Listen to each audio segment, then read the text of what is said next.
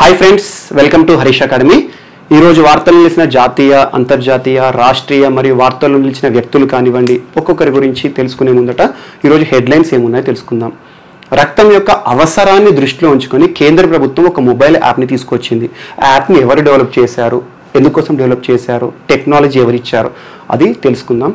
దాంతోపాటు భారతదేశానికి సంబంధించిన ఒక public sector undertaking PSU ONGC వార్తలు నిలిచింది. ఏ దేశంలో పెట్టుబడులను పెంచడానికి వార్తలు నిలిచింది, ఎవరు పర్మిషన్ ఇచ్చారు, ఎంత పెంచబోతున్నారు, ఎందుకోసం అదంతా తెలుసుకుందాం. దాంతోపాటు ఇటీవల యునెస్కో ఒక నివేదికనిచ్చింది. కరోనా కాలంలో విద్యాభ్యాసం విషయంలో ఎలాంటి అంశాలు జరిగినాయి, స్కూల్ పాఠశాల విద్యార్థులకు సంబంధించి కానివ్వండి, అదంతా నివేదిక ఏమి ఇచ్చిందో అదంతా తెలుసుకుందాం. మరియు టీబీ రిపోర్ట్, టీబీకి సంబంధించి వ్యాధి ఏంటి, అసలు దానికి సంబంధించి నిక్షయ్ అంటే ఏంటి, ఇలాంటి అంశాలన్నీ కూడా వార్తలు నిలిచినాయి. మరి దాంతోపాటు ఈరోజు వార్తల్లో నిలిచిన ఒక జంతువు ఫిషింగ్ క్యాట్ అంటారు. ఫిషింగ్ క్యాట్కి సంబంధించి ఏ రాష్ట్ర ప్రభుత్వం దాన్ని అధికారికంగా సంరక్షించబోతోంది, వార్తలు నిలిచిన అంశం, అవన్నీ కూడా ఒక్కొక్కటిగా మనం తెలుసుకుందాము. సో ముందుగా మనకి ఈరోజు వార్తలు నిలిచిన అంశం బ్లడ్ రిలేటెడ్ ఇష్యూ. బ్లడ్కి సంబంధించి ఆపదలో కానివ్వండి, అత్యవసర పరిస్థితుల్లో రక్తం యొక్క అవసరము ఎలా ఉంటుందో ఆ పరిస్థితిలో ఉండేవారికి తెలుస్తుంది. చూడండి, ఎవరైనా హాస్పిటల్లో అడ్మిట్ అయినా కూడా ఆపరేషన్ టైంలో బ్లడ్ ఇంపార్టెంట్, లేదా యాక్సిడెంట్ ద్వారా బ్లడ్ అంతా లాస్ అయిపోయి ఉంటారు, అలాంటి వారికి కూడా బ్లడ్ అనేది మోస్ట్ ఇంపార్టెంట్. అలాంటి అవసరంలో ఉన్నవారు గ్రూప్లలో, వాట్సాప్లో కానివ్వండి, సమాచారాన్ని చేరవేస్తారు. ఇలాంటి అంశాలన్నింటినీ పరిగణలోకి తీసుకొని ఇటీవల కేంద్ర ప్రభుత్వం ఒక మొబైల్ యాప్ని రిలీజ్ చేసింది. అదేంటంటే బ్లడ్ సర్వీసెస్ అనే ఒక మొబైల్ యాప్ని రిలీజ్ చేసింది. ఎవరు రిలీజ్ చేశారంటే కేంద్ర ఆరోగ్య శాఖ మంత్రి హర్షవర్ధన్ గారు. కేంద్ర ఆరోగ్య శాఖ మంత్రి హర్షవర్ధన్ గారు ఇటీవల దీన్ని విడుదల చేశారు, రిలీజ్ చేశారు. సో ఈ యాప్ని ఎవరు డెవలప్ చేశారో, అభివృద్ధి చేసింది ఎవరు అంటారు. ఆ యాప్ని అభివృద్ధి చేసింది Indian Red cross society. Indian Red cross society మనకు తెలుసు, బ్లడ్ రిలేటెడ్ ఇష్యూస్ అన్ని కూడా మనకు దీని పరిగణలోకి వస్తాయి. సో ఇండియన్ రెడ్ క్రాస్ సొసైటీస్కి చైర్మన్ ఎవరు ఉంటారండి, హెల్త్ మినిస్టర్ హర్షవర్ధన్ గారు ఉన్నారు. సో తనే ఈ ఇండియన్ రెడ్ క్రాస్ సొసైటీ వారు డెవలప్ చేసిన ఒక యాప్ బ్లడ్ సర్వీసెస్ అనే ఒక యాప్ని రిలీజ్ చేయడం జరిగింది. మరి దీనికి టెక్నాలజీ సపోర్ట్ ఎవరు ఇచ్చారు అంటే ఒక టీమ్. ఆ టీం పేరు ఏంటంటే రక్త కోష్ అనే ఒక టీము.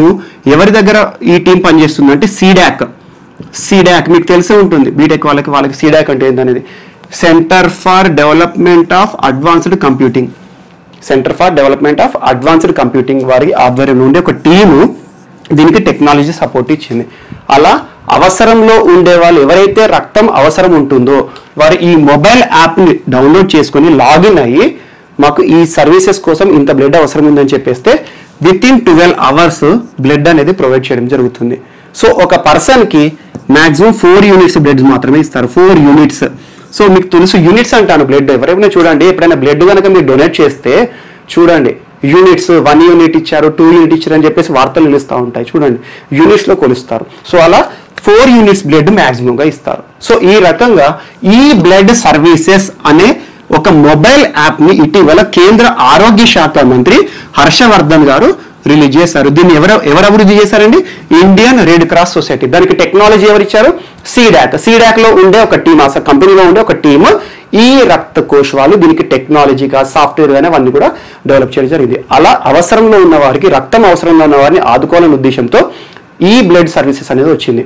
ఎందుకంటే ప్రధానమంత్రి నరేంద్ర మోడీ గారు పదవిలోకి వచ్చిన తర్వాత, కేంద్ర ప్రభుత్వాన్ని ఏర్పాటు చేసిన తర్వాత డిజిటల్ ఇండియా క్యాంపెయిన్ చేశారు. డిజిటల్ ఇండియా ప్రతి ఒక్కటి కూడా డిజిటలైజ్ అయిపోతుంది. ఏదైనా కూడా ఆన్లైన్లో, ఈరోజు ఆన్లైన్ విద్య చూడండి, ఎవ్రీథింగ్ ఈజ్ డిజిటలైజ్డ్. అలా డిజిటల్ ఇండియాలో భాగంగా ఇలాంటి యాప్స్ కూడా డెవలప్ చేస్తున్నారు. సో ఇది ఫస్ట్ టాపిక్ ఈరోజు మనకి. అండ్ సెకండ్, ఈరోజు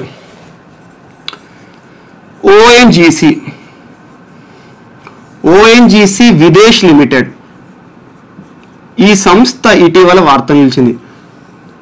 oil and natural gas corporation. So ONGC corporation ఏదైతే ఉంటుందో దానికి సంబంధించి విదేశీ పెట్టుబడులు పెట్టడానికి ఓఎన్జీసీ విదేశ్ లిమిటెడ్ అనే ఒక కంపెనీ ఉంటుంది. ఈ కంపెనీ 2000 దశకంలో మయన్మార్ దాదాపు 2010 టైంలో మయన్మార్లో కొన్ని పెట్టుబడులు పెట్టింది. దేనికోసం అంటే షూ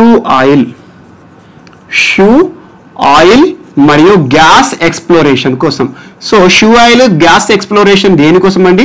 మన భారతదేశానికి ఎనర్జీ రిక్వైర్మెంట్ అనేది అవసరం. పెట్రోల్ చమురు కానివ్వండి, అలాంటి ఎనర్జీ రీసోర్సెస్, గ్యాస్ కానివ్వండి, సహజ వాయువు కానివ్వండి, ఇవన్నీ కూడా ఇండియాకి కావాల్సిన ఎనర్జీ రిక్వైర్మెంట్స్ భారతదేశంలో సొంతంగా మనం డెవలప్ చేయలేము.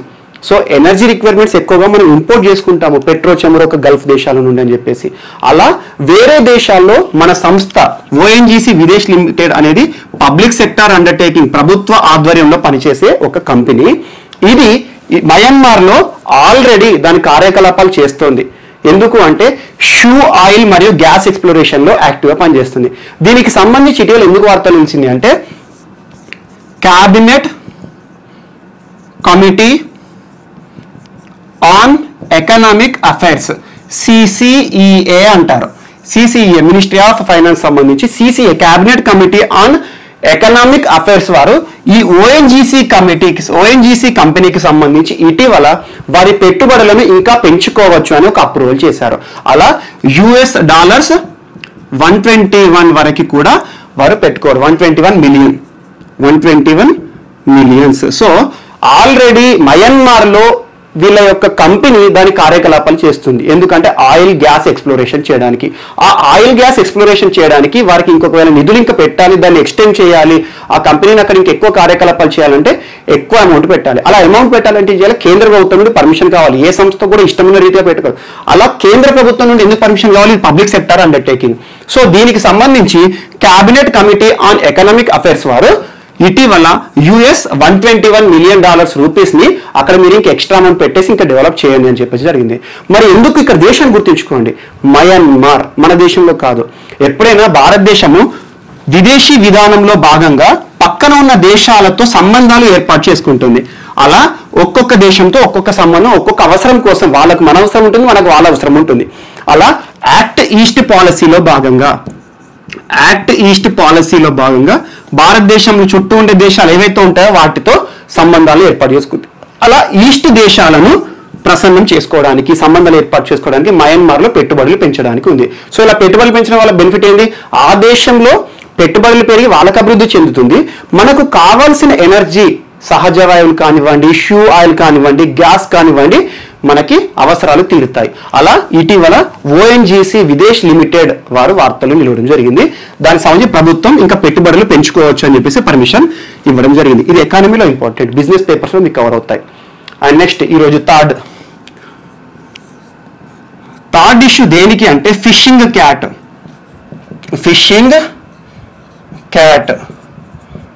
ప్రయోనేలుర్ వివెరినస్.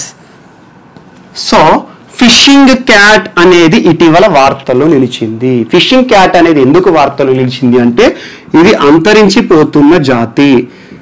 ఇది ఎందుకు వార్తలు నిలిచింది అసలు? వై ఇన్ ద న్యూస్ అంటే ఒడిషా ప్రభుత్వం దీని కన్జర్వేషన్, దీన్ని సంరక్షించడానికి 2 సంవత్సరాల ప్రణాళికను రచించింది. ఇది జూన్ 25వ తేదీన జరిగింది.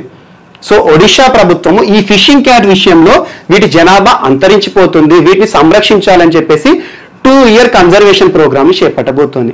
అందుకోసం ఒక నేషనల్ పార్క్ ని ఎంచుకుంది, Bhitarkanika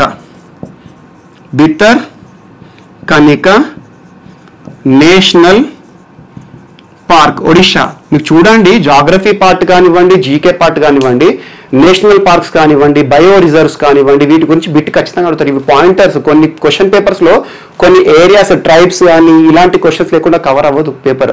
so national park, Bhitarkanika national park లో వీటిని సంరక్షించాలి అని చెప్పేసి ఇటీవల 2 years యాక్షన్ ప్లాన్ చేయడం జరిగింది. అండ్ దీని యొక్క పేరేంటి? సైంటిఫిక్ నేమ్ ప్రియోనేల్యూర్ వివెరినస్. ఎందుకు సైంటిఫిక్ నేమ్స్ అంటే అన్ని గుర్తుంచుకోకండి, కొన్ని అడుగుతాడు. వార్తలు నిలుస్తున్న జంతువులను ఎకాలజీ పార్ట్లో అడుగుతాడు. సో వాస్తవం చెప్పాలంటే ఇది ఫిషింగ్ క్యాట్ అన్నాను కదా, ఇది పిల్లికి సంబంధించింది. పిల్లే, మనం న్యాచురల్గా ఇళ్ళలో చూసే పిల్లే. బట్ దానికి ట్వైస్ ఉంటుంది, అంటే 2 అంతల పెద్దగా ఉంటుంది. మీరు గూగుల్లో కొట్టండి ఫిషింగ్ క్యాట్ అంటే మీకు వస్తుంది, 2 అంతల పెద్దగా ఉంటుంది. మరియు దాంతో పాటు ఇది నాక్టర్నల్ ఎనిమల్. నాక్టర్నల్ అనే పదం ఎక్కడొచ్చినా గుర్తుంచుకోండి. ఎగ్జామ్ పేపర్లో కూడా చూడండి. నాక్టర్నల్ అంటే నైట్ పూట యాక్టివ్గా ఉంటాయి అన్నట్టు. చీకట్లో మాత్రమే వాటి కార్యకలాపాలు చేస్తాయి. తిరగడం కానివ్వండి, వేటకు పోవడం కానివ్వండి. సర్వసాధారణంగా మన దగ్గర ఉండే పిల్లి కూడా నాక్టర్నల్ కిందకి ఎక్కువ వస్తుంది, ఎందుకంటే చీకటి కనబడుతుంది. లైట్ వేస్తే పిల్లి కనబడదు. ఎగ్జాంపుల్, కొంత విజన్ ఉంటుంది బట్ తక్కువ అవుతుంది. సో ఇది నాక్టర్నల్ ఎనిమల్, ఇది అంతరించిపోతున్న జీవజాతి అని చెప్పేసి international union for conservation of nature and natural sources IUCN వారు ప్రకటించారు. అలా IUCN లో అంతరించిపోతున్న జంతువుల గురించి చెప్తారు కదా, అందులో ఇది వల్నరబుల్ కోటాలో ఉంది. వల్నరబుల్, అందుకోసం దీన్ని సంరక్షించాలి అని చెప్పేసి వీటి సంరక్షణ చర్యలు తీసుకున్నట్టుగా ఒడిషా ప్రభుత్వం చెప్పింది. ఒడిషా తరచూ వార్తలు నిలుస్తుంది చూడండి, రెగ్యులర్గా నిలుస్తుంది. దానికి సంబంధించి ఎందుకెందుకు నిలుస్తుందో చూడండి. గడిచిన 2-3 నెలల్లో ఒడిషా అత్యధిక సార్లు నిలిచింది వార్తల్లో. ఒక యాత్రలు అని చెప్పేసి, జాతరలు కానివ్వండి, అక్కడ ట్రైబ్స్ కానివ్వండి. సో అలా IUCN లిస్ట్ లో ఇది వల్నరబుల్ కోటాలో ఉంది. And wild life protection act, వన్యప్రాణి సంరక్షణ చట్టం అంటారు కదా మన భారతదేశంలో, అందులో షెడ్యూల్ 1లో ఉంది. అండ్ ఇంకొకటి సైట్స్, అపెండిక్స్ 2లో ఉంది. సైట్స్ కోటా గిట్ట చూస్తే, సైట్స్ అంటే తెలుసు మీకు, convention on international trade of endangered species of fauna and flora. జంతువులను కానీ వృక్షాలను కానీ అంతరించిపోతున్న వాటికి సంబంధించి ట్రేడ్ ఏ రకంగా చేయొచ్చు, ఏ రకంగా చేయకూడదు, వేటిని చేయాలి, వేటిని చేయకూడదు అని చెప్పేసి సైట్స్ అనేది చెప్తుంది, CITES. సో అందులో కూడా ఉంది. ఎందుకు మరి ఇది అంతరించిపోతుందంటే, దీని యొక్క స్కిన్ ఉంటుంది కదా, దీనిపైన ఫర్ అంటే దానిపైన ఉండే స్కిన్ ఏదైతే ఉంటుందో పులితోల్లాగా, ఆ స్కిన్ని అత్యధికంగా ట్రేడ్ చేస్తున్నారు, స్మగ్లింగ్ చేస్తున్నారు. అండ్ కొన్ని ప్రాంతాల్లో దీన్ని మీట్ కోసం కూడా వాడుతున్నారు, మాంసం కూడా తింటారు కొంతమంది. అండ్ ట్రైబల్ విషయంలో కూడా ఇది ఇంపార్టెంట్. ట్రైబల్ ఏరియాస్ ఏవైతే ఉంటాయో, ట్రైబల్ ఏరియాస్లో దీన్ని వారి యొక్క ఆచార వ్యవహార సంస్కృతుల భాగంగా దీన్ని వాడుకుంటారు. సో ఈ రకంగా కూడా వార్తలు నిలిచింది. అన్ని ట్రైబ్స్, కొన్ని ట్రైబ్స్. సో ఇలా వార్త నిలిచింది. ముఖ్యంగా ఇది నివసించే ప్రాంతాలు ఎక్కడంటే సుందర్బన్, మడ్డీ ల్యాండ్స్ ఉంటాయి ఎక్కువ, బురద నీళ్ళలో కానివ్వండి, లేదా మీకు సౌత్ ఇండియా వెస్టర్న్ ఘాట్స్లో కానివ్వండి, అక్కడక్కడ ఉంటాయి. సో అంతరించిపోతుందని చెప్పేసి ఇటీవల ఒడిషా ప్రభుత్వం దీన్ని సంరక్షించాలని చర్యలో భాగంగా తీసుకుంది. అండ్ నెక్స్ట్, ఇటీవల మోస్ట్ ఇంపార్టెంట్, వలస కార్మికులు అందరూ ఉన్నారు. వలస కార్మికులకి సంబంధించి ఆదుకోవాలి అనే ఉద్దేశంతో ఒక్కొక్క రాష్ట్ర ప్రభుత్వం ఒక్కొక్క పథకాన్ని తీసుకొస్తుంది. ఈ రోజున యూపీ ప్రభుత్వం ఆత్మనిర్భర్ ఉత్తరప్రదేశ్ రోజ్గర్ అభియాన్ అనే ఒక పేరుతో ఒక పథకాన్ని ప్రారంభించబోతున్నట్టుగా ప్రకటించింది. జూన్ 26 నరేంద్ర మోడీ గారు మరియు ఉత్తరప్రదేశ్ ముఖ్యమంత్రి యోగి ఆదిత్యనాథ్ గారు ఇద్దరు కలిసి వర్చువల్ గా దీన్ని ప్రారంభిస్తున్నట్టుగా వార్తలోకి ఎక్కింది. దీని యొక్క విధి విధానాలు ఏంటి, ఎలా కల్పిస్తారు, ఎన్ని రోజుల పని కల్పిస్తారు. రోజ్గర్ అంటున్నా నేను, రోజ్గర్ అనే పదం ఎక్కడున్నా కూడా అది ఉపాధి కల్పనకు సంబంధించింది. రోజ్గర్ యోజన అంటే ఉపాధికి సంబంధించింది. సో రోజ్గర్, ఇటీవల చూడండి వలస కార్మికులను దృష్టిలో ఉంచుకొని ఒక్కొక్క రాష్ట్ర ప్రభుత్వం ఒక్కొక్క పథకాన్ని చేపడుతుంది. మీరు చూడండి రెగ్యులర్ గా మధ్యప్రదేశ్ ప్రభుత్వం రోజ్గర్ సేతు అనేది ప్రవేశపెట్టింది. ఇటీవల బీమారు రాష్ట్రాల్లో ప్రధానమంత్రి గారు ప్రవేశపెట్టారు. ఇటీవల ఒక రాష్ట్రంలో మీకు చెప్పాను, మీకు ఆల్రెడీ క్లాస్లో కూడా, పట్టణ పేదరికాన్ని నిర్మూలించడానికి కొన్ని పథకాలు ప్రవేశపెట్టబడ్డాయి. అలా పట్టణ పేదరికాన్ని కానీ ఏ పేదరికానైనా కూడా ఇటీవల పరిస్థితి, కోవిడ్ పరిస్థితి దృష్టిలో వలస కార్మికులు వారు ఎక్కడికైతే వలస వెళ్లారో అక్కడ వారు ఉపాధిని కోల్పోయారు కాబట్టి స్వస్థలాలకు చేరుకున్నారు. అలా స్వస్థలాలకు లక్షల్లో చేరుకున్న మందికి ఉపాధి కష్టమవుతోంది, బతకడమే కష్టమవుతుంది. వారికి ఉపాధి ఇవ్వాలనే ఉద్దేశంతో ఒక్కొక్క రాష్ట్రము ఒక్కొక్క పథకాన్ని ప్రారంభిస్తుంది. అలా ఆత్మనిర్భర్ అభియాన్ లాగానే ఇది ఒక పథకం అనేది ఇటీవల వార్త. దీని విధి దినాలు ఏంటి, ఎన్ని రోజులు ఉంటుంది, పని దినాలు ఏంటి అదని కూడా రావాల్సి ఉంది. అలా ఒకటి వార్తల్లో నిలవడం జరిగింది. నెక్స్ట్ మోస్ట్ ఇంపార్టెంట్, ఈరోజు తెలంగాణకి సంబంధించి జాతీయ స్థాయిలో ఇంపార్టెంట్ ఇది సోనా, తెలంగాణ సోనా అనే ఒక వరి వంగడం, వరి వంగడం అంటే రకం. తెలంగాణ సోనా అనే వరి వంగడం ఇటీవల వార్తలు నిలిచింది, జాతీయ స్థాయిలో కూడా నిలిచింది. దీన్ని ఎవరు తయారు చేశారంటే ప్రొఫెసర్ జయశంకర్ అగ్రికల్చర్ యూనివర్సిటీ వారు. సో MTU 1010 అండ్ JGL 3855 ఈ రెండు వంగడాలు. సో ఒకటి చెప్తాను, యాక్చువల్గా వార్తలు నిలిచింది ఏంటంటే తెలంగాణ సోనా అనేది ఏంటంటే వరిలో ఒక రకం. చూడండి వరిలో చాలా రకాలు ఉంటాయి. బీపీటీ అంటాం, మనం సోనా మసూరి అంటాము, సాంబా మసూరి అంటారు, శ్రీరామ్ రైస్ అని ఒక్కొక్కటి ఒక్కొక్క రకంగా ఉంటుంది. ఒక్కసారి 2-3 సార్లు సైన్స్ అండ్ టెక్నాలజీ బిట్ వచ్చింది. శ్రీ రైస్ అంటే ఏంటి, దేనికి సంబంధించిన వారికి సిస్టమ్ ఆఫ్ రైస్ ఇంటెన్సిఫికేషన్ అని ఒక్కొక్క రకంగా నీటి ఎద్దడికి సంబంధించి మార్పులు చేస్తూ జన్యు మార్పులు చేసుకుంటూ చేస్తారు. ఇటీవల తెలంగాణకు సంబంధించి ప్రొఫెసర్ జయశంకర్ అగ్రికల్చర్ యూనివర్సిటీ వారు ఒక వరి వంగడాన్ని తయారు చేశారు. ఆ వరి వంగడం పేరు మనకి తెలంగాణ సోనా. మరి ఒక వరి వంగడం ఇది సంకర జాతి మొక్క. సంకర జాతి అంటే 2 వేరే క్రాస్ బిట్ చేస్తారు. సో దేని ద్వారా చేశారంటే MTU 1010 అనే ఆడ మొక్క మరియు JGL 3855 అనే మగ మొక్క. ఇది కరీంనగర్ సాంబా అంటారు ఈ వరిని. సో ఈ MTU 1010 JGL 3855 అనే 2 వరి వంగడాలను కలిపి ఒక కొత్త వరి వంగడాన్ని సృష్టించారు. ఎందుకు సృష్టిస్తారు? మనకు దానివల్ల వేరే లాభాలు పెంచడానికి లేదా దిగుబడి పెంచడానికి కానివ్వండి, అలా నీటి ఎద్దడిని తట్టుకోవడం కానివ్వండి, ఇవన్నీ కారణాల ద్వారా మనకు కొన్ని లాభాలు చేకూరడానికి ఒక కొత్త వంగడాన్ని మనకు కావాల్సిన లక్షణాలు పుట్టిస్తారు. సో ఈ రకంగా ఈ 2 గుర్తుంచుకోండి, MTU 1010 JGL 3855. సో ఈ రెండింటినీ కూడా సంకర జాతి వీటిని కలిపేసి ఈ తెలంగాణ సోనా అనేది ఒకటి వార్త నిలిచింది. సో దీన్ని ఏ రకంగా అంటే మనకు పంట కాలం ఉంటుంది, నాట్లు వేసే టైం, నాట్లు వేసిన తర్వాత నిర్ణీత కాలంలో అది చేతికి వస్తుంది. దీని యొక్క పంట సమయం అనేది తక్కువ ఉంటుంది, 100 రోజుల లోపలనే పంట తీయొచ్చు అని చెప్పేసి ఒకటి అంటున్నారు. అండ్ ఇంకొకటి ఏంటంటే ఆగస్టు నెలలో వేసినా కూడా ఇది చేతికి వస్తుంది పంట. మరియు సాధారణ పంట కంటే కూడా, సాధారణ పంట ఏదైతే ఉంటుందో సాధారణంగా మనం వరి వేసే పంట దానికంటే కూడా దీని యొక్క దిగుబడి ఎక్కువగా ఉంటుంది. దిగుబడి అంటే మనకు పంట తక్కువ ఏరియాలో ఎక్కువ మనకి ప్రొడక్ట్స్ రావడం అన్నట్టు, అలా దిగుబడి ఎక్కువగా ఉంటుందని. మరియు ఇది ముఖ్యంగా దీన్ని షుగర్ ఫ్రీ రైస్ అని కూడా అంటున్నారు. Sugar free rice. Sugar free rice అని ఎందుకు అంటున్నారంటే వాస్తవానికి షుగర్ పేషెంట్స్ రైస్ అన్నం తినరు. రీజన్ ఎందుకు అంటే అందులో గ్లూకోజ్ క్వాంటిటీ పెరగడం వల్ల శరీరంలో గ్లూకోజ్ లెవెల్ పెరగడం ద్వారానే షుగర్ వస్తుంది. అలా గ్లూకోజ్ తగ్గించుకోవాలి షుగర్ పేషెంట్స్. సో మళ్ళీ రైస్ తింటే ఇంకా గ్లూకోజ్ పెరుగుతూ ఉంటుంది. అందుకే షుగర్ పేషెంట్స్ ఒక పూట రైస్ అట్లనే తింటారు. సో షుగర్ అనేది ఏదైతే ఉంటుందో గ్లూకోజ్ లెవెల్స్ రైస్లో ఎక్కువగా ఉంటుంది కామన్గా. అలా ఈ రైస్లో షుగర్ క్వాంటిటీ, షుగర్ లెవెల్స్ అనేది తక్కువగా ఉంటుంది. అండ్ షుగర్కి కంపారిజన్గా ఉండేటట్టు గ్లైసమిక్ ఇండెక్స్ కూడా షుగర్ పేషెంట్ తీసుకునేలా ఉంటుంది, గ్లైసమిక్ ఇండెక్స్ అలా తీసుకోవచ్చు అని చెప్పేసి కూడా ఇది వార్తల్లో జరిగింది. సో ఇది సాధారణ సాంబా రైస్ కన్నా, సాంబా మసూరి కానివ్వండి, ఈ సాధారణ రైస్ కన్నా కూడా దీని యొక్క దిగుబడి ఎక్కువగా ఉంటుంది, క్వాలిటీ ఎక్కువ ఉంటుంది. అందుకోసం అని చెప్పేసి తెలంగాణ ప్రభుత్వం ఈ సీజన్లో 10 లక్షల హెక్టార్లో ఈ రైస్ని పెంచాలి, ఈ వరి నాట్లను పెంచాలి అని చెప్పేసి కీలక నిర్ణయం తీసుకుంది. సో దేశానికే ధాన్యాగార భాండాగారం అంటారు, లేదా విత్తన భాండాగారం అంటారు. విత్తన భాండాగారంగా తెలంగాణ ప్రసిద్ధికి ఎక్కింది. సో అలాంటి తెలంగాణలో ఒక కొత్త రకమైన వరి వంగడం వార్తలు నిలిచింది.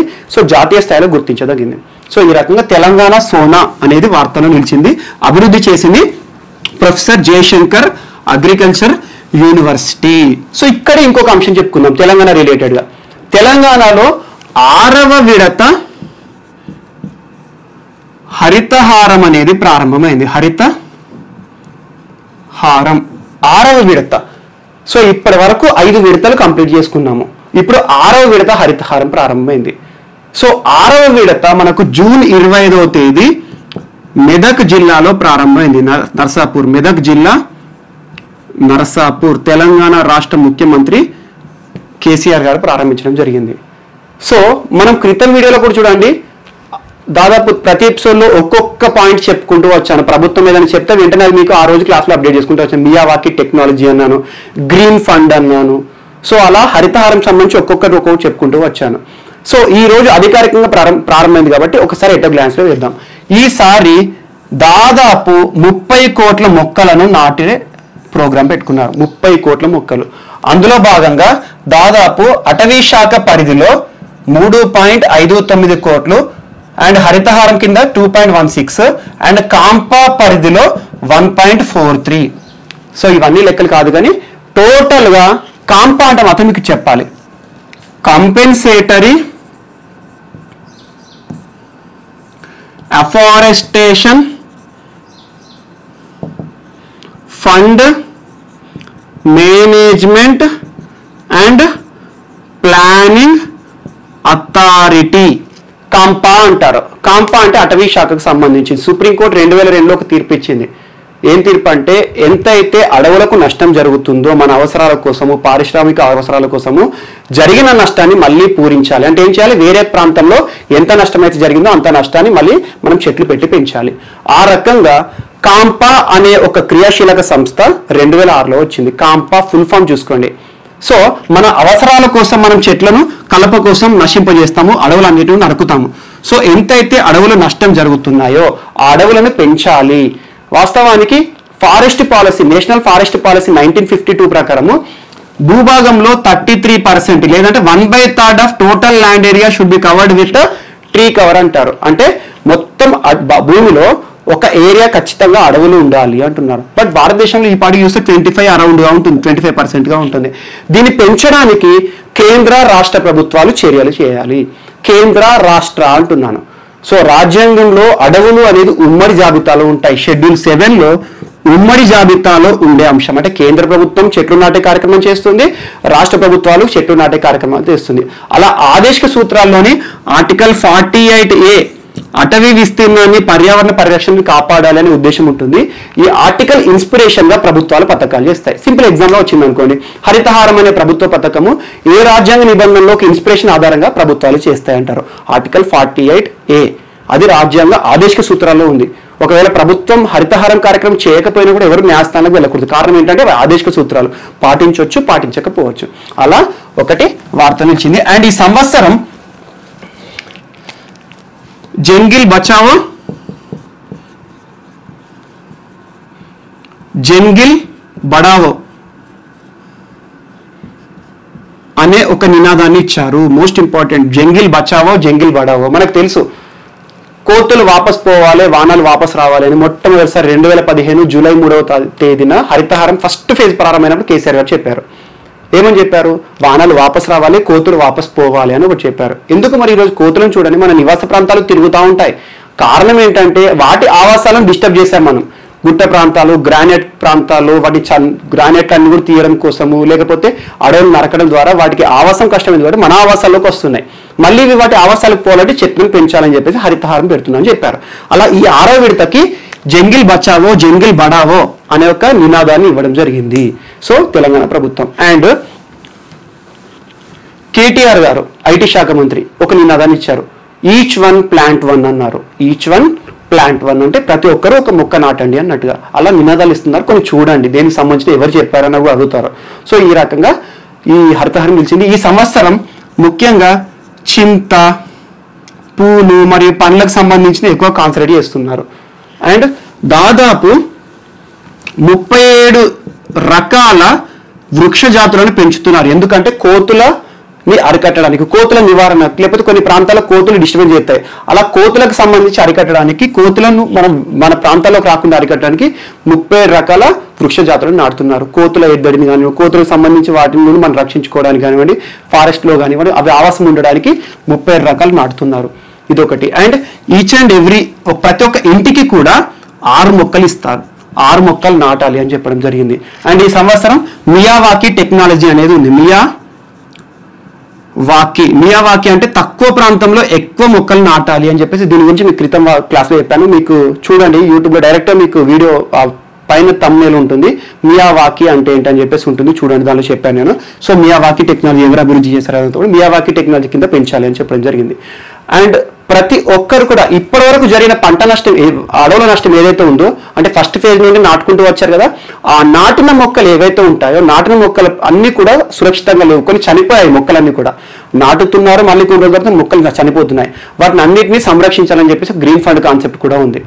అండ్ ఎక్కడైతే అంతకుముందు విడతలో నాటిన మొక్కలు ఉన్నాయో, లాస్ జరిగిందో వాటిలో మళ్ళీ నాటాలి. అండ్ ముఖ్యంగా ఏవి టార్గెట్ చేశారంటే స్కూళ్ళు, కాలేజెస్, ఎయిడెడ్ ఇన్స్టిట్యూషన్స్ కానివ్వండి, ప్రభుత్వ కార్యాలయాలు కానీ టార్గెట్ చేయడం జరిగింది. ఇలా హరితహారం అనేది వార్తలు నిలిచింది, ప్రారంభించబడింది. అండ్ ఇప్పటి వరకు 5 ఫేజ్లలో 2015-16 ఫస్ట్ ఫేజ్ కదా, అప్పుడు ఎన్ని మొక్కలు నాటారు అంటే 15.86 మొక్కలు. And 2016-17 31.67 crores. అండ్ 17-18 34.07. అండ్ 18-19 దాదాపు 32 క్రోర్స్ అయింది. అండ్ 19-20 వరకు 38.14, 20-21 వరకు 30 క్రోర్స్ మొక్కలు. అలా ఇప్పటి వరకు గడిచిన 5 సంవత్సరాలలో 182.74 క్రోర్ మొక్కలు నాటడం జరిగింది. ఈ సంవత్సరం కూడా 30 క్రోర్ మొక్కలు నాటుతారు. ఈ ఫిగర్స్ అని గుర్తుంచుకోవాల్సిన అవసరం లేదు, జస్ట్ రఫ్ గా రాయడం జరిగింది. సో ఇది ఒక్కసారి చూడండి. అండ్ హరితహారం అనేది ఈరోజు వార్తలు ఇచ్చింది. దాంతో పాటు ఇటీవల ఈ హరితహారంలో ఇంకొక నినాదాన్ని ఇచ్చారు. అదేంటంటే అర్బన్ ఫారెస్ట్రీ అని నినాదాన్ని ఇచ్చారు. మరి దాంతో పాటు హైవేస్ ఏవైతే ఉంటాయో పర్టికులర్ ఇంత దూరం లోపల ఒక నర్సరీని ఏర్పాటు చేయాలన్నారు. అండ్ ముఖ్యంగా అర్బన్ ఫారెస్ట్రీ అనే వార్తలోకి వచ్చింది. చౌటుప్పల్లోని లక్కారం ఫారెస్ట్ రిజర్వ్ లో తంగేడు పూలకు సంబంధించి అర్బన్ ఫారెస్ట్ ని ఇటీవల రాష్ట్ర అటవీ శాఖ మంత్రి ఇంద్రకరణ్ రెడ్డి గారు మరియు విద్యుత్ శాఖ మంత్రి గారు జగదీశ్వర్ రెడ్డి గారు ప్రారంభించారు.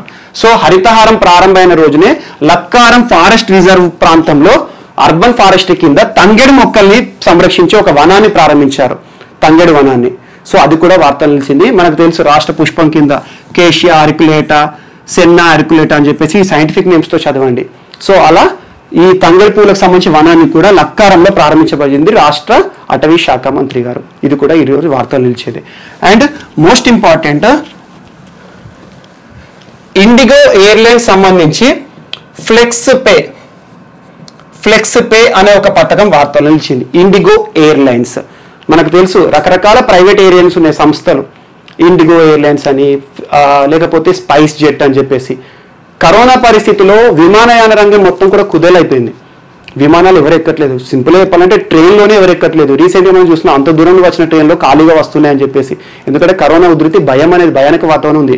సో ఇలాంటి సమయంలో ప్రయాణికులను ఆకర్షించడానికి ముందుగా ప్రైవేట్ విమానమైన ఇండిగో ఎయిర్లైన్స్ ముందుకు వచ్చింది.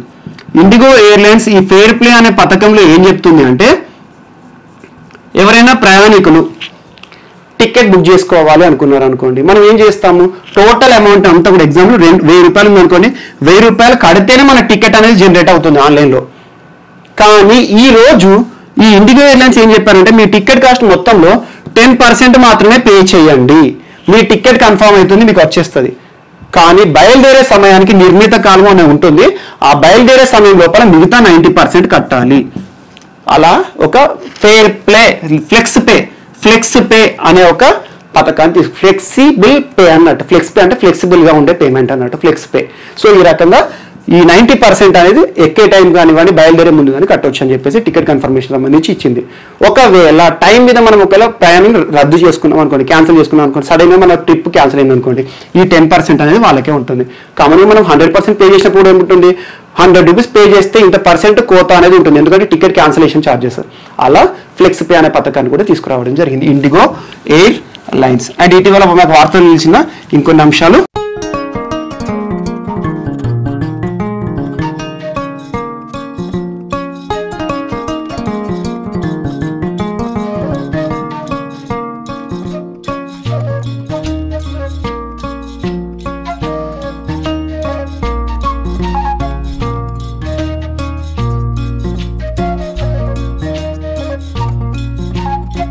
సో ఈరోజు వార్తలు నిలిచిన ఇంకొక అంశం ఏంటంటే పిఎం కేర్స్ ఫండ్ గురించి.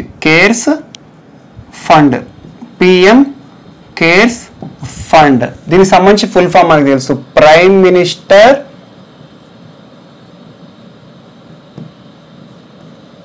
Assistance and relief in emergency situations fund. So PM cares fund మనకు తెలుసు, ప్రస్తుతం కరోనా పరిస్థితుల కాలంలో పిఎం కేర్స్ ఫండ్ అనేది ఏ రకంగా ఉంది, ఎట్లా దానికి సంబంధించి విరాళాలు ఇస్తున్నారు, అదంతా మనం చూసాము. బట్ ఇటీవల పిఎం కేర్స్ ఫండ్ ఎందుకు వార్తలో నిలిచింది అంటే, దీనికి సంబంధించి దాదాపు 3000 కోట్ల రూపాయలని విడుదల జరిగింది. పిఎం కేర్స్ ట్రస్ట్ ఫండ్ వాళ్ళు రిలీజ్ చేశారు. ఎందుకు అంటే ఇందులో 2000 కోట్ల రూపాయలతో దాదాపు 50,000 వెంటిలేటర్లను మేడ్ ఇన్ ఇండియా ప్రతిపాదికన తయారు చేసి, ఇప్పుడు మనకు తెలుసు కరోనా బారిన పడ్డ పేషెంట్స్ కి లాస్ట్ కి లంగ్స్ పైన ఎఫెక్ట్ పడుతుంది, శ్వాస తీసుకోవడమే కష్టతరంగా ఉంటుంది. అలా శ్వాస తీసుకునే కష్టతరమైన పరిస్థితిలో వ్యక్తికి వెంటిలేటర్స్ పెడతారు. అందుకే చూడండి, ఇటీవల ఇండియన్ రైల్వేస్ కానివ్వండి, DRDO వాళ్ళు కానివ్వండి, వెంటిలేటర్స్ తక్కువ రేట్లో వెంటిలేటర్స్ తయారు చేయడానికే ఎక్కువ ప్రయోగాలు చేస్తున్నారు. అలా మేడ్ ఇన్ ఇండియా కింద తయారయ్యే వెంటిలేటర్స్ దాదాపు 50,000 వెంటిలేటర్స్ తయారు చేయించి వాటిని గవర్నమెంట్ హాస్పిటల్లో ట్రీట్మెంట్ కోసము డిస్ట్రిబ్యూట్ చేస్తున్నారు. అంటే గవర్నమెంట్ తరపున ఇవ్వడం జరుగుతుంది, PM కేర్స్ ఫండ్. అండ్ ఇంకోటి గుర్తుంచుకోండి, ఇటీవల PM కేర్స్ ఫండ్ కూడా కాంట్రవర్సీ జరిగింది. ఎందుకు కాంట్రవర్సీ జరిగింది అంటే, ఒక RTI వేయడం జరిగింది PM కేర్స్ ఫండ్ గురించి, ఎంత నిధులు వస్తున్నాయి, దాని యొక్క అథారిటీ ఎవరి కింద ఉంటుందని. అది కూడా కాంట్రవర్సీ అయింది. ఎందుకంటే RTI రిప్లై ఏమిచ్చింది అంటే, PM కేర్స్ ఫండ్ అనేది పబ్లిక్ అథారిటీ కిందికి రాదు, పబ్లిక్ అథారిటీ కిందికి వస్తే మాత్రమే మేము ఇన్ఫర్మేషన్ ఇస్తాము అన్నట్టుగా చెప్పడం జరిగింది. అందుకోసం మీరు చూడండి, NDRF national disaster relief fund కి కూడా వ్యక్తులు సంస్థలు విరాళాలు ఇవ్వచ్చు అని చెప్పేసి ఫైనాన్స్ మినిస్టర్ వారికి ఇటీవల క్లియరెన్స్ ఇచ్చారు. అదంతా మీకు క్లియర్ ఇంతకుముందు క్లాస్లో చెప్పాను. బట్ ఇక్కడ PM కేర్స్ ఫండ్ సంబంధించి ఇటీవల తీసుకున్న చర్య ఏంటంటే, 2,000 కోట్ల రూపాయలతో 50,000 వెంటిలేటర్ను తయారు చేసి ప్రభుత్వ హాస్పిటల్కి ఇవ్వాలి. ఎందుకంటే కరోనా బారిన పడ్డ పేషెంట్స్కి ట్రీట్మెంట్ ఇవ్వడానికి. అండ్ ఇంకొక 1,000 కోట్లను మైగ్రెంట్ లేబర్స్ ఉన్నారు కదా, ఈ మైగ్రెంట్ లేబర్స్ ఎవరైతే ఉన్నారో మైగ్రెంట్ లేబర్స్ వారి యొక్క సహాయార్థం కానివ్వండి, వారి సంక్షేమ చర్యల్లో భాగంగా ఉపయోగించుకోవచ్చు అని చెప్పడం జరిగింది. సో ఈ రకంగా PM కేర్స్ ఫండ్స్ అనేది వార్తలు నిలిచింది. అండ్ ఇంకోటి గుర్తుంచుకొని, PM కేర్స్లో డిస్ట్రిబ్యూషన్ ఎలా ఉంటుందంటే, 50% of PM care funds depending on the census of 2011 జనాభా లెక్కల ఆధారంగా రాష్ట్రాలకు పంచుతారు అవసరాలను బట్టి. And 40% number of active cases, positive cases corona బారిన పడ్డ వాళ్ళకి. And next 10% distributed among all states, అందరికీ ఈక్వల్గా పంపుతారు. సో PM కేర్స్ ఫండ్ లో కూడా డిస్ట్రిబ్యూషన్ ఏ రకంగా ఉంటుందంటే ఇది ఒక క్రైటీరియా ఉండడం జరిగింది. సో ఈ రకంగా PM కేర్స్ ఫండ్ అనేది ఇటీవల వార్తల్లో నిలవడం జరిగింది. అండ్ మోస్ట్ ఇంపార్టెంట్, ఇటీవల వార్తలు నిలిచిన దానిలో అన్నిటికంటే మోస్ట్ ఇంపార్టెంట్ ఏంటంటే, యునెస్కో ఇటీవల ఒక రిపోర్ట్ ఇచ్చింది. దాదాపు చూడండి, చిన్నపిల్లలకు సంబంధించి యునిసెఫ్ అనేది ఒకటి ఉంటుంది, అంతర్జాతీయ కార్యాలయం, United Nations International Children's Emergency Fund. చిన్నపిల్లల సంరక్షణ చర్యలకు సంబంధించి కానివ్వండి, చిన్నపిల్లలకు సంబంధించి విధి విధాలను ప్రస్తావిస్తూ ఉంటుంది. సో ఇటీవల యునిసెఫ్ సిఫార్సు మేరకు ఇంకొకటి యునెస్కో ఒక డేటాని రిలీజ్ చేసింది, ఒక నివేదికని. దేనికి సంబంధించిందంటే, కరోనా కాలంలో విద్యార్థుల యొక్క భవిష్యత్తు మరియు విద్యార్థులు ఎదుర్కొన్న సమస్యలు విద్యా వ్యవస్థ విషయంలో గురించి.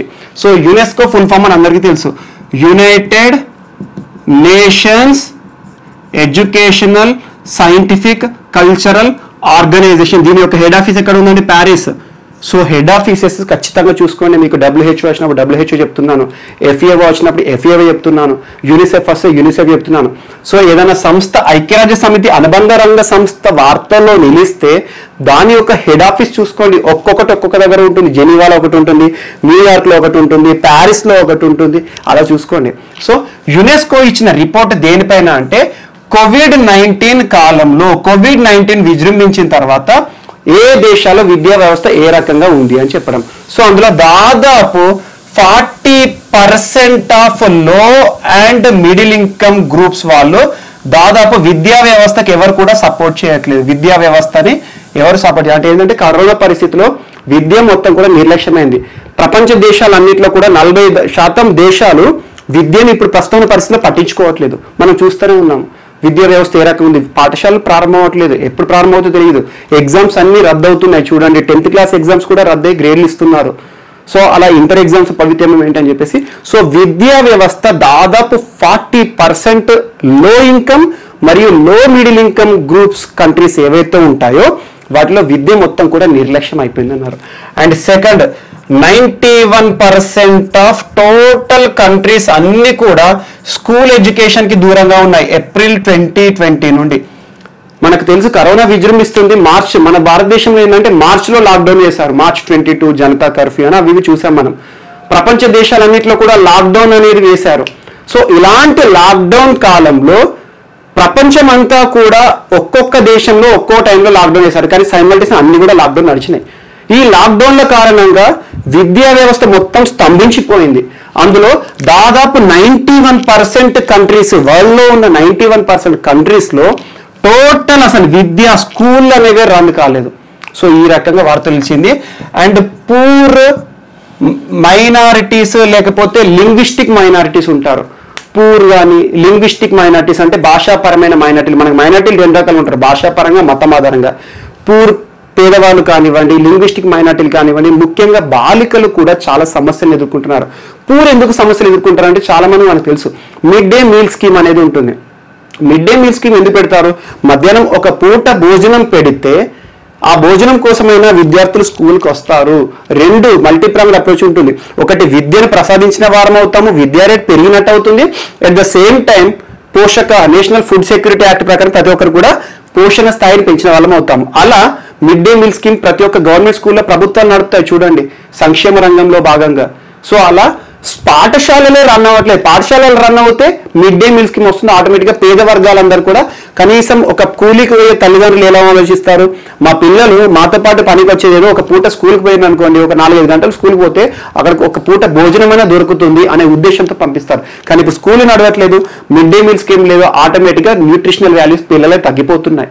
ఈ రకంగా రిపోర్ట్ చెప్పారు. అండ్ ఇంకొకటి ఏం చెప్పారంటే అమ్మాయిల విషయంలో, గర్ల్స్ విషయంలో కొన్ని రాష్ట్రాల్లో, మన దేశంలోనే చూడండి, కొన్ని రాష్ట్రాల్లో ఎలా ఉంటుంది అంటే దాదాపు స్కూల్ విద్యార్థులు 6th to 12th క్లాస్ పిల్లలు ఎవరైతే ఉంటారో అమ్మాయిలకి, బాలికలకి సేఫ్టీ నాప్కిన్స్ కానివ్వండి, శానిటైజరీ నాప్కిన్స్ కానీ ఇస్తారు గవర్నమెంట్ డిస్ట్రిబ్యూషన్గా. ఇటీవల మీకు ఒక క్లాస్ చెప్పాను ఏ రాష్ట్రంలో ఏ పేరుతో ఇస్తారని చెప్పేసి. సో అలా ఇటీవల జనౌషధి కేంద్రాలు వార్తలు నిలిచినప్పుడు మీకు చెప్పడం జరిగింది. సో సేఫ్టీ నాప్కిన్స్ విషయంలో కానివ్వండి, మైనార్టీ విద్యా సంస్థలు అయితే మొత్తంగా పోయాయని చెప్పేసి ఇటీవల వార్తలు ఇచ్చినాయి. ఈ రకంగా ఇటీవల వార్తల్లో యునిసెఫ్కి సంబంధించి మరి యునెస్కోకి సంబంధించి అంశాలు, నివేదిక అనేది రావడం జరిగింది. సో నెక్స్ట్ ఈరోజు వార్తల్లో నిలిచిన వ్యక్తుల అంశానికి వస్తే తమోనాష్ ఘోష్ వార్తల్లో నిలిచిన మోస్ట్ ఇంపార్టెంట్ వ్యక్తి తమోనాష్ ఘోష్. పేరు కొంచెం కష్టంగా ఉంటుంది. ఇతను ఎవరు అంటే వెస్ట్ బెంగాల్, పశ్చిమ బెంగాల్ రాష్ట్రంలో రూలింగ్ పార్టీ తృణమూల్ కాంగ్రెస్, మమతా బెనర్జీ. మీకు మొన్న నేషనల్ పార్టీస్ గురించి చెప్పినప్పుడు తృణమూల్ కాంగ్రెస్ నేషనల్ పార్టీ అని చెప్పాను. తృణమూల్ కాంగ్రెస్ ప్రజెంట్ ఎమ్మెల్యే ఇతను, ఎమ్మెల్యే కానీ తృణమూల్ కాంగ్రెస్ ఎమ్మెల్యే ఇతను ఇటీవల కాలంలో గడిచిన నెలలో కరోనా బారిన పడ్డాడు. COVID-19 ఎఫెక్టెడ్ పేషెంట్ అయ్యాడు. June 25th డేట్ రోజున ఇతను చనిపోవడం జరిగింది. సో చూడండి, కరోనా కారణంగా చాలా మంది చనిపోతున్నారు. స్విమ్మర్ ఆశుతోష్ అనేవాడు చనిపోయారు, జాతీయ స్థాయి స్విమ్మరు. సో ప్రపంచంలోని దిగ్గజ ఫుట్బాల్ క్రీడాకారుడు ఇరాక్ సంబంధించి అహ్మద్ రాదీ కానివ్వండి, ఇటీవల కరోనా బారిన పడి చాలా మంది చనిపోతున్నారు, వ్యాధి బారిన పడుతున్నారు. మన భారతదేశంలో కూడా చూడండి, డిఎంకే లీడర్, లాస్ట్ క్లాస్ లో మనం చెప్పుకున్నాం, డిఎంకే లీడర్ గడిచిన వారంలో డిఎంకే లీడర్ అంబజగన్ కూడా చనిపోయారు. డిఎంకే లీడర్ ఇప్పుడు రాజకీయ పార్టీకి సంబంధించి తృణమూల్ కాంగ్రెస్ ఎమ్మెల్యే తమోనాష్ ఘోష్ June 25వ తేదీన మరణించడం జరిగింది. ఈ రకంగా వార్తలు నిలిచాడు Tamonash Ghosh. And next Prime Point Foundation. Prime Point Foundation అని మీరు గూగుల్ కొట్టండి వస్తుంది. ప్రైమ్ పాయింట్ ఫౌండేషన్ వాళ్ళు సంసద్ రత్న అనే ఒక అవార్డు లిస్ట్ జాబితాను రిలీజ్ చేశారు. అది ఎవరికి ఇస్తారంటే పార్లమెంట్ సభ్యులకి కానివ్వండి, ప్రజా సమస్యలపై పోరాడిన వ్యక్తులకి ఇస్తారు.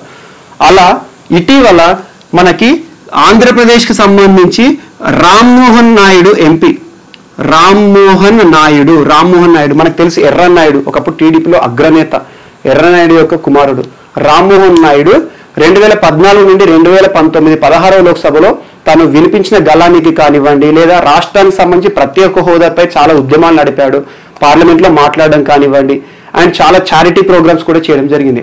రామ్మోహన్ నాయుడు గారికి ఎంపీకి, ప్రస్తుతం వర్కింగ్ ఎంపీ, సో తనకి సంసద్ రత్న అనే ఒక అవార్డు కూడా దక్కడం జరిగింది. సంసద్ రత్న. ఈ వార్తలు నిలిచిన వ్యక్తులు ఈరోజు మనకి ఇద్దరు, తమోనాష్ ఘోష్ మరియు ఎర్రనాయుడు కుమారుడైన రామ్మోహన్ నాయుడు.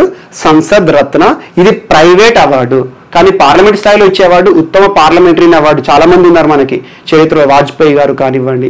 అలా ఉత్తమ పార్లమెంట్ అవార్డు ఏంటంటే ప్రభుత్వం రంగంలో వస్తుంది, ఇది ప్రైమ్ పాయింట్ ఒక ఫౌండేషన్ నుండి వస్తుంది. అలా ఆంధ్రప్రదేశ్ నుండి వార్తలు నిలిచడం జరిగింది. అండ్ ఇంకొకటి అంతర్జాతీయ అంశాల విషయానికి వస్తే ఇంకా విధి విధానాలు తెలియదు, కానీ అమెరికాకు సంబంధించి విదేశాంగ మంత్రి మైక్ పాంపియో ఇటీవల 2-3 సార్లు తన వార్తలు నిలిచారు. మైక్ పాంపియో ఒక కీలక ప్రకటన చేశాడు. ఆసియాలోని భారతదేశంతో సహా ఆసియాలో ప్రముఖ దేశాలకి గనక చైనాతో సమస్య వస్తే, ఒకవేళ చైనాతో ఏదైనా యుద్ధం వస్తే మా యొక్క రక్షణ బలగాన్ని మీకు సాయం చేస్తామన్నారు. ఇలాంటి కీలక పరిస్థితుల్లో ఇది ఎందుకు ఇచ్చారంటే ఒక రెచ్చగొట్టే ప్రసంగం. సింపుల్ చెప్పాలంటే చైనాకి భారత్కి మధ్యలో ఘర్షణ వాతావరణం ఉంది. ఘర్షణ వాతావరణ పరిస్థితిలో ట్రంప్ కూడా ఒక మాట చెప్పాడు, ఒకసారి భారత్కి పాకిస్తాన్కి మధ్యలో ఘర్షణ వచ్చినా, భారత్కి చైనాకి మధ్యలో ఘర్షణ వచ్చినా, ఎక్కడ ఘర్షణలు వచ్చినా కూడా మధ్యలో నేను పెద్దన్న పాత్ర పోషిస్తాను, మధ్యవర్తిగా ఉంటానని చెప్పడం ట్రంప్ యొక్క ఆనవాయితీ. సో ఇటీవలే బలగాలన్నీ కూడా వెనక్కి వెళ్ళాయి. భారత్ నుండి భారత్ బలగాలు వెళ్ళినాయి. అక్కడ ఎక్కడైతే యుద్ధవాతం చైనా ఇండియా బార్డర్ మధ్యలో ఉన్న చైనా బలగాలు ఏవైతే ఉన్నాయో చైనా బలగాలు వెనక్కి తీసుకుంది, భారత్ బలగాలు వెనుక తీసుకొని ఒక యుద్ధ వాతావరణం లేని పరిస్థితి అనేది వస్తుంది. ఇలాంటి పరిస్థితుల్లో మైక్ పాంపియో అమెరికా విదేశాంగ శాఖ మంత్రి ఒక కీలక ప్రకటన చేస్తాడు. భారత్కి కనుక చైనాతో యుద్ధం వస్తే మా సైన్యాన్ని మీకు పంపిస్తాము అని చెప్పేసి, అంటే ఇండియాకి సపోర్ట్గా, అంటే ఆటోమేటిక్గా అవుతుంది చైనాకి ఒక దూకుడు అనేది రావచ్చు, చెప్పలేము, ఘర్షణ వాతావరణం మళ్ళీ రావచ్చు అని చెప్పేసి చెప్తున్నారు. బట్ చెప్పలేము, ఎందుకంటే మైక్ పాంపియో కీలక ప్రకటన దేనికి దారి తీస్తుందని చూడాలి. సో ఇలా వార్తలు ఇవ్వడం జరిగింది. అండ్ దీంతో పాటు మీకు రేపటి క్లాస్లో కొన్ని రిమైనింగ్ మిస్లేనియస్ అంశాలన్నీ కూడా మనం చర్చిద్దాం. Thank you.